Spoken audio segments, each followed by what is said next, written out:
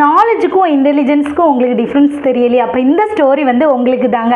உலக புகழ்பெற்ற scientist Albert Einstein அவர்கள் தி தியரி ஆஃப் ரியாலிட்டி அப்படின்ற கோட்பாடை வந்து கண்டுபிடிச்சவர் வந்து அவர் தான். எல்லா காலேஜஸ், ஸ்கூல், கண்ட்ரிஸுக்கு போய் அதை பற்றி ப்ரெசன்டேஷன் பண்ணுறது தான் அவரோட ஒர்க்.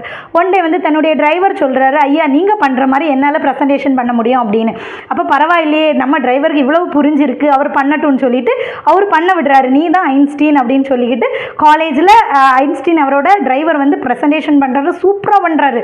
எல்லாரும் கேட்குற கொஸ்டினுமே பதில் சொல்கிறாரு. லாஸ்ட்டாக இது வரைக்கும் எந்த இடத்துலையுமே கேட்காத ஒரு கொஸ்டினை ஒருத்தர் கேட்குறாரு. அப்படி ஐன்ஸ்டீன் திகச்சு போய் நிற்கிறாரு, இவர் வந்து மாட்டி விட்டுருவாரோ அப்படின்னு.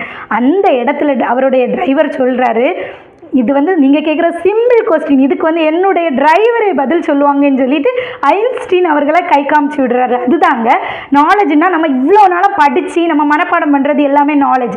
இன்டெலிஜென்ஸ்னால் அந்த இடத்துல யோசித்து பதில் சொல்கிறது. Thank you friends.